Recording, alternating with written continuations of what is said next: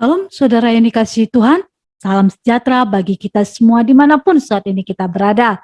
Biarlah kasih Kristus senantiasa memenuhi kehidupan kita. Saudaraku yang dikasihi Tuhan, renungan kita pada hari ini dari Matius 12 ayat 35 firman Tuhan.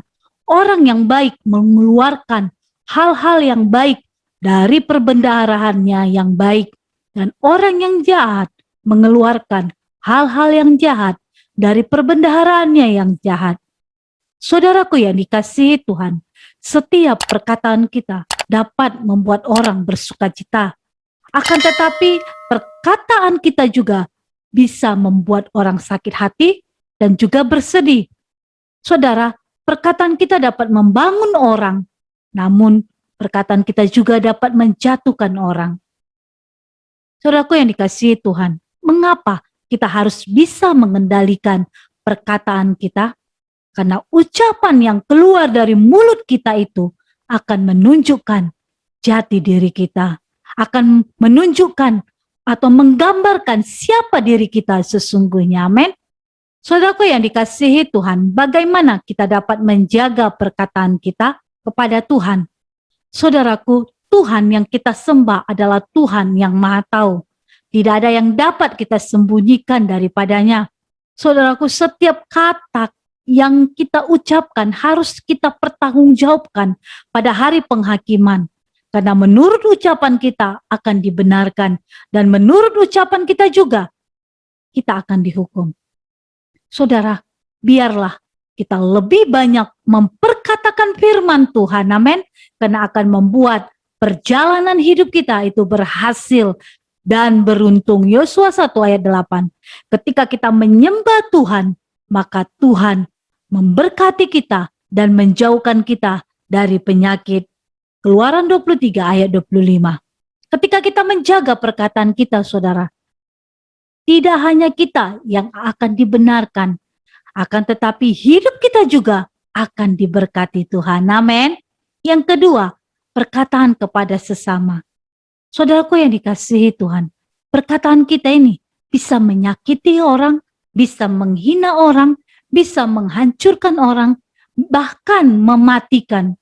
Namun perkataan kita pun dapat memulihkan orang lain, memuji orang lain, membangun orang lain. Amin. Lidah orang yang bijaksana akan mendatangkan kesembuhan. Amsal 12 ayat 18.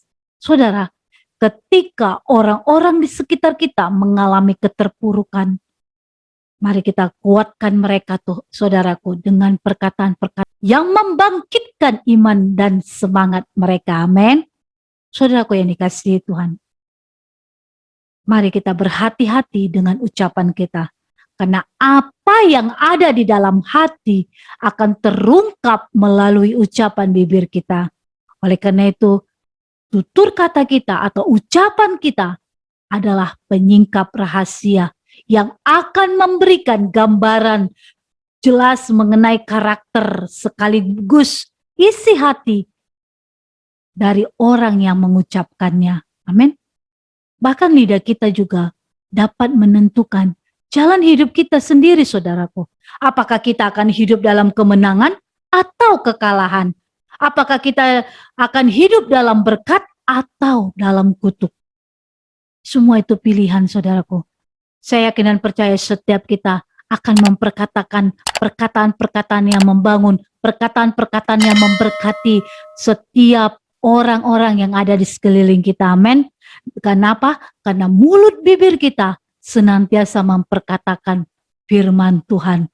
Sehingga firman Tuhan itu hidup dan berkuasa dalam kehidupan kita. Dan perkataan kita membangkitkan orang-orang yang ada di sekeliling kita. Amin. Mari kita berdoa. Kami mengucap syukur Tuhan atas segala kebaikan-Mu dalam kehidupan kami. Terima kasih Allah Roh Kudus, Kau sungguh baik bagi kehidupan kami pribadi lepas pribadi. Hingga sampai hari ini kami ada sebagaimana kami ada. Itu semua karena anugerah Tuhan. Itu semua karena kasih Tuhan.